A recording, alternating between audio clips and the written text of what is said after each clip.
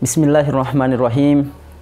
Assalamualaikum warahmatullahi wabarakatuh.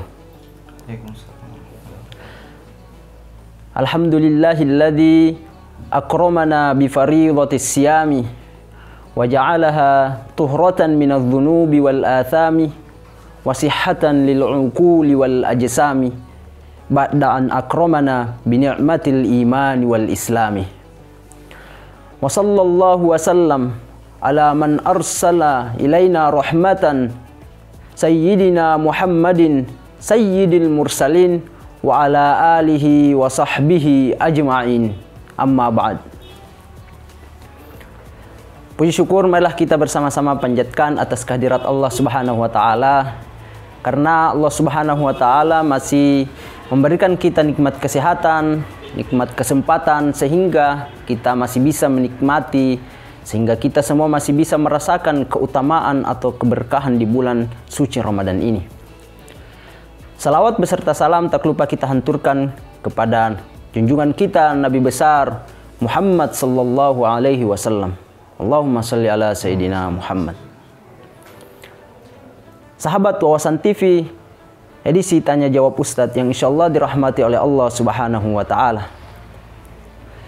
Berbicara mengenai kepribadian Rasulullah sallallahu alaihi wasallam, waktu yang ada dalam sehari tidak akan cukup untuk membicarakan mengenai kepribadian Rasulullah sallallahu alaihi wasallam. Diibaratkan semacam kertas yang tidak ada habisnya menghimpun semua kepribadian, semua kisah-kisah Rasulullah sallallahu alaihi wasallam dari lahir sampai beliau wafat, saking berpengaruhnya di muka bumi ini. Maka daripada itu, di Ramadan Helwa kali ini spesial Tanya Jawab Ustadz, kita akan membahas sepenggal mengenai akhlakul karimah atau akhlak-akhlak yang dimiliki oleh Rasulullah sallallahu alaihi wasallam yang patut kita teladani. Salah satu tujuannya, semoga dengan kita mengetahui akhlak Rasulullah sallallahu alaihi wasallam, kita bisa mengikutinya sebagaimana yang dijelaskan oleh Allah Subhanahu wa taala di dalam Al-Qur'an. Laqad kana lakum fi Rasulillahi uswatun hasanah. Nah, sekarang di tengah-tengah kita telah hadir pemateri Ustadz Ahmad Rusyaid Idris LC. Bagaimana kabarnya Ustadz? Alhamdulillah. Alhamdulillah. Alhamdulillah.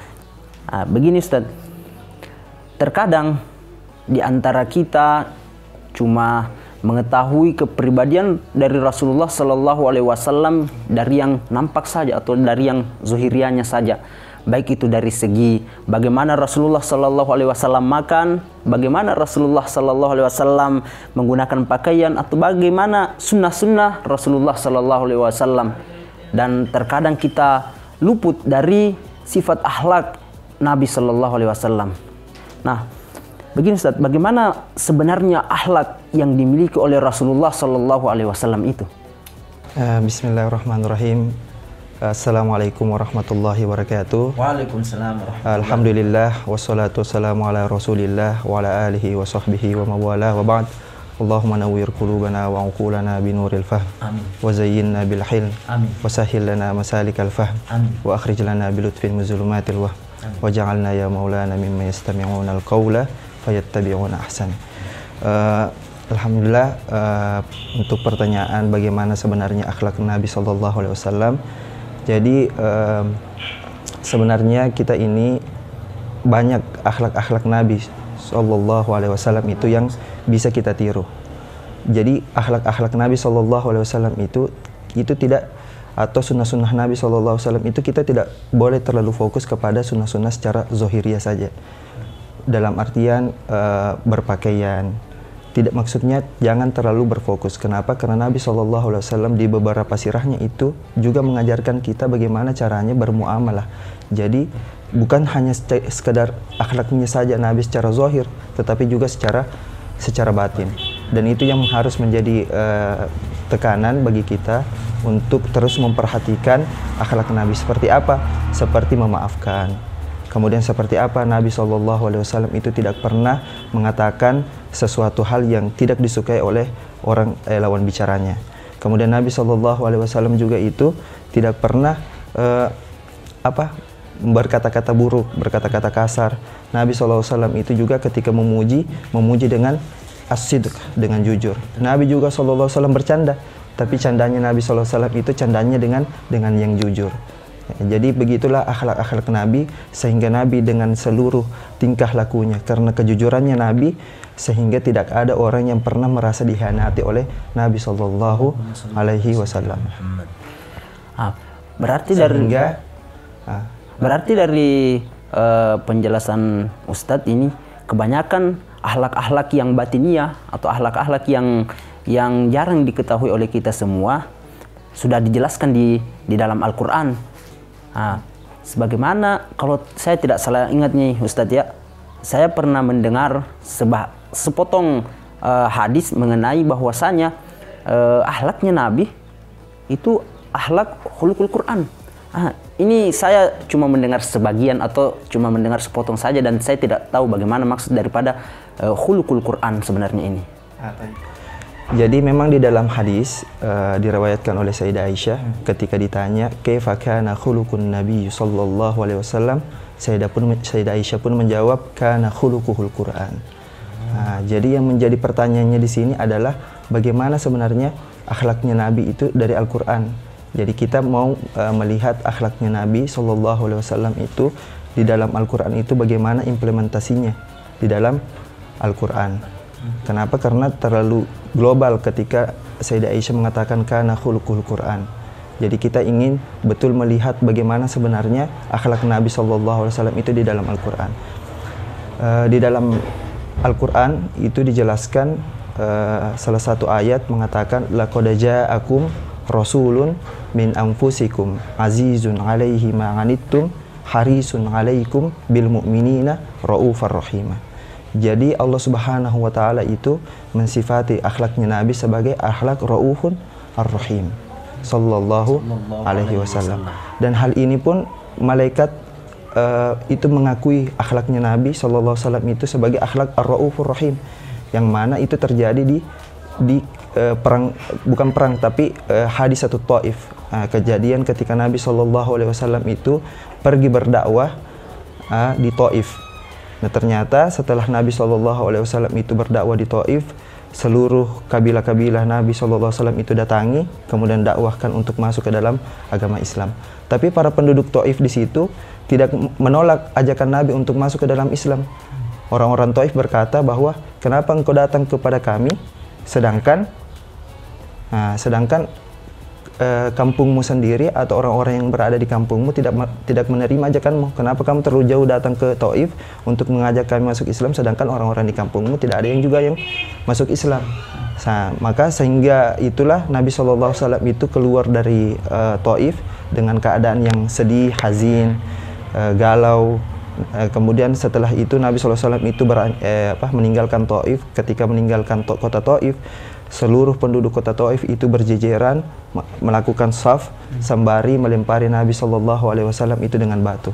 Jadi Nabi SAW itu ketika di Taif itu tidak hanya mendapat ejekan, tidak hanya disakiti dengan melalui perkataan, tapi juga disakiti dengan melalui perbuatan. Dilempar sampai-sampai tubuhnya Nabi SAW itu mengeluarkan darah, bercucuran darahnya. Tapi disinilah akhlak Nabi SAW. Apakah semua itu tadi ketika dilakukan oleh penduduk-penduduk Taif melalui hinaan, kemudian melalui tingkah laku, perbuatan yang buruk kepada Nabi SAW, apakah Nabi SAW membalasnya dengan perbuatan yang serupa juga atau yang lebih besar? Tidak. Nabi SAW justru mendoakan kepada penduduk Taif, mengatakan Allahumma hdi qaumin fa innahum la ya'lamun. Kejadian itu pun direkam oleh Allah Subhanahu wa taala. Kemudian Allah Subhanahu wa taala memerintahkan Sayyidina Jibril bersama dua malaikat Akhsyabain untuk turun kepada Nabi Muhammad sallallahu alaihi wasallam untuk mentaati perintah daripada Rasul sallallahu alaihi wasallam. Ketika Nabi Sayyidina Jibril itu datang kepada Rasul bersama dua malaikat Akhsyabain, kemudian malaikat Akhsyabain pun juga berkata kepada Rasul sallallahu alaihi wasallam, "Ya Rasulullah, saya katanya ini diutus oleh Allah khusus untuk menerima perintahmu." Tapi sebelum Nabi berkata, malaikatul Akhsyabain ini langsung menawarkan dirinya, "Lau syi'ta sa'utbiku alaihim al-Akhsyabain." Kalau misalnya engkau mau ya Rasul, maka dua gunung ini akan kutimpahkan kepada penduduk Taif. Tapi apa kata Rasul? La wallahi katanya. Arju ayyakuna ayyakhruja min aslabihim may ya'budullaha wa la yusyriku bihi syai'an. Luar biasa akhlak Nabi sallallahu alaihi wasallam ketika semua hinaan dan semua cacian dan semua makian dan semua perbuatan buruk yang terjadi kepada Rasul sallallahu alaihi wasallam, tapi Nabi membalasnya dengan qaulan hasanah, perbuatan yang baik. Maka dari itu malaikat pun juga mengakui akhlaknya Nabi di sini. Nah, malaikat Aksyaban pun mengatakan, anta kama sammaka rabbuka raufar rahim. Engkau sebagaimana yang disifati oleh Tuhanmu raufar rahim. Di mana? Itu tadi di ayat yang sebelumnya kita jelaskan, laqad ja'akum rasulun min anfusikum azizun 'alaihi ma 'anittum harisun 'alaikum bil mu'minina raufar rahim. Allahumma shalli ala sayyidina Muhammad. Kemudian juga di dalam ayat juga dijelaskan bahwa banyak sebenarnya ayat-ayat, tapi kita hanya mengambil beberapa ayat saja. Salah satunya yaitu innallaha ya'muru bil adli wal ihsan wa ita'i zil qurba wa yanha 'anil fahsya'i wal munkar. Innallaha ya'muru bil adli. Jadi Allah Subhanahu wa taala itu memerintahkan kita untuk berlaku adil. Tapi bagaimana perbuatan adilnya Nabi sallallahu alaihi wasallam itu? Di dalam sejarah itu dijelaskan bahwa Nabi sallallahu alaihi wasallam itu betul-betul berlaku adil. Pernah suatu waktu, kalau tidak salah itu di perang Hunain, itu Nabi SAW itu ketika Fathu Makkah, Nabi SAW itu setelah banyak orang yang masuk Islam di Fathu Makkah, kemudian setelah itu tiba-tiba terdengar dari Hunain ini bahwa ada orang-orang Hunain itu, kabilah-kabilah Hunain itu bersatu dan ingin menyerang Rasulullah SAW. Sehingga dengan kabar itu maka Rasulullah SAW setelah Fathu Makkah bergegas untuk pergi ke Hunain untuk berperang melawan pasukan Hunain. Kemudian pada saat ini satu hal yang ajaib juga. Kenapa? Karena dulu Rasulullah SAW itu tidak pernah memerintahkan orang-orang yang bukan Muslim untuk ikut berperang. Tapi ketika di Hunain, Nabi SAW itu mengizinkan orang-orang yang bukan Muslim untuk ikut juga berperang. Kenapa? Karena salah satu fokusnya adalah agar mereka juga mengetahui bagaimana sebenarnya akhlaknya para kaum muslimin, bagaimana akhlaknya para sahabat, dan bagaimana akhlaknya para nabi kepada para sahabatnya, nabi kepada para tawanan, nabi kepada para budak-budak. Dan itu supaya menjadi gambaran kepada orang-orang bahwa Nabi SAW itu betul-betul mengajarkan kita tentang akhlak. Kemudian salah satunya juga itu, kenapa? Karena di dalam hadis itu dijelaskan bahwa huffatil Islam bimakarimil akhlak wa mahasinil a'mal. Sehingga menjadi fokusnya Nabi SAW. Kemudian lanjut kita di perang Hunain, ketika Hunain dikalahkan, banyak harta rampasan perang yang diperolehkan oleh Nabi, banyak sekali. Sehingga Nabi SAW itu membagi harta rampasan ini kepada kebanyakan daripada orang-orang yang bukan Muslim, dan orang-orang yang baru pertama kali masuk Islam. Kenapa? Karena itu tadi ingin memperlihatkan akhlaknya Nabi SAW. Nah, ketika ada seorang datang tiba-tiba mengatakan, ya Rasulullah, saya mau 100 lagi. Kemudian Nabi mengatakan, fahuwalak. Terus datang lagi, mau lagi 100 dinar lagi, dikasih lagi. 100 dinar dikasih lagi. Tiba-tiba ada seorang Arabi datang kepada Nabi SAW. Ingin juga mengambil hak sebagaimana yang diambil oleh orang-orang sebelumnya. Kemudian Nabi mengatakan, dan ini bagianmu katanya, dan ini katanya cukup bagi kamu. Kemudian orang Arabi itu kecewa kan, mengatakan, ya Muhammad, i'adil. Kemudian Nabi mengatakan, waihak, man lam a'adil in lam a'adil. Aya'manuni khabarus sama walam ya'mununi ala dirham dan yanir. Apakah Allah itu mengamanahkan saya tentang khabarus sama, sedangkan masalah dinar saja sama dirham saya tidak mengamanahkan kepada saya? Dari kata ini sehingga bisa kita lihat bahwa adil sebenarnya itu bukan mendapatkan apa yang sama, tetapi adil di sini adalah menempatkan sesuatu itu pada tempatnya. Karena Nabi SAW itu melihat bahwa kebutuhannya Arabi itu hanya sekian, maka sekian. Dan Nabi melihat memberikan banyak ini kepada orang-orang tadi sebelumnya itu karena melihat kebutuhannya juga memang lebih banyak. Kemudian setelah itu ada lagi ini kisahnya Sofwan. Jadi Sofwan itu datang, kemudian melihat melihat harta rampasan perang yang banyak itu. Kemudian Nabi SAW mengatakan, atuhibbuna dzalik? Kemudian Sofwan mengatakan, "Naam." Kemudian Nabi mengatakan, "Fahuwalak." Allahumma salli ala sayyidina Muhammad. Jadi Nabi SAW memberikan semua harta kepada Sofwan. Kemudian sampai Sofwan pun mengatakan, hatta, jadi mazala Nabi SAW yu'tini hatta ahsastu bardan Islam. Allahumma salli ala sayyidina. Jadi Nabi SAW itu terus memberikan saya harta sampai betul-betul hatiku ini betul-betul terasa sejuk dengan keislaman. Maka asyhadu alla ilaha, kemudian Sofwan mengatakan asyhadu alla ilaha illallah wa asyhadu annaka rasulullah sallallahu alaihi wasallam. Banyak sebenarnya ceritanya setelah itu. Kemudian itu kisah wal ihsan, bagaimana ihsannya Nabi SAW itu yang disebutkan di dalam Al-Quran itu. Kemudian kita lihat di dalam sejarah bahwa Nabi SAW itu betul-betul orang yang ihsan. Bahwa ihsannya Nabi SAW itu sangat luas begitu. Salah satu contohnya itu adalah ketika ada seseorang Arabi itu melihat kambing antara dua gunung. Kemudian Nabi SAW mengatakan, "Atuhibbuna zalik?" Arabi itu pun mengatakan, "Naam." Kemudian Nabi mengatakan, "Fahuwalak." Kemudian orang Arabi ini kembali kepada kaumnya mengatakan, "Ya kaum, aslimu, wahai kaumku, berislamlah kalian. Fa inna Muhammadan yu'ti 'ata'an man la yakhsha faqr." Karena Nabi SAW itu memberikan satu pemberian itu yang tidak takut akan kemiskinan. Jadi Nabi SAW ihsan. Ihsannya Nabi SAW. Di perang Badar juga Nabi SAW itu berlaku ihsan. Ketika perang Badar itu seharusnya tawanan itu dibunuh semua. Seharusnya dibunuh semua. Kalau misalnya pakai hukum tawanan, tapi Nabi SAW lebih memilih pendapatnya Sayyidina Abu Bakar bahwa tawanan itu tidak usah dibunuh, tapi ditawan saja. Dan ini bentuk ihsannya Nabi SAW. Kemudian Nabi SAW itu biasanya tawanan itu kan diperlakukan tidak baik, tetapi para tawanan Badar itu diperlakukan dengan sebagaimana orang manusia biasanya. Kalau misalnya dia lapar, dikasih makanan. Kalau misalnya dia haus, dikasih minuman. Sehingga orang-orang yang ditawan itu juga merasakan bahwa Islam itu memang agama yang damai, bukan hanya secara zahir tapi juga secara batin. Kemudian innallaha ya'muru bil 'adli wal ihsan wa ita'i dzil qurba wa yanha 'anil fahsya'i wal munkar. Jadi Nabi juga sallallahu alaihi wasallam itu yanha 'anil fahsya'i wal munkar.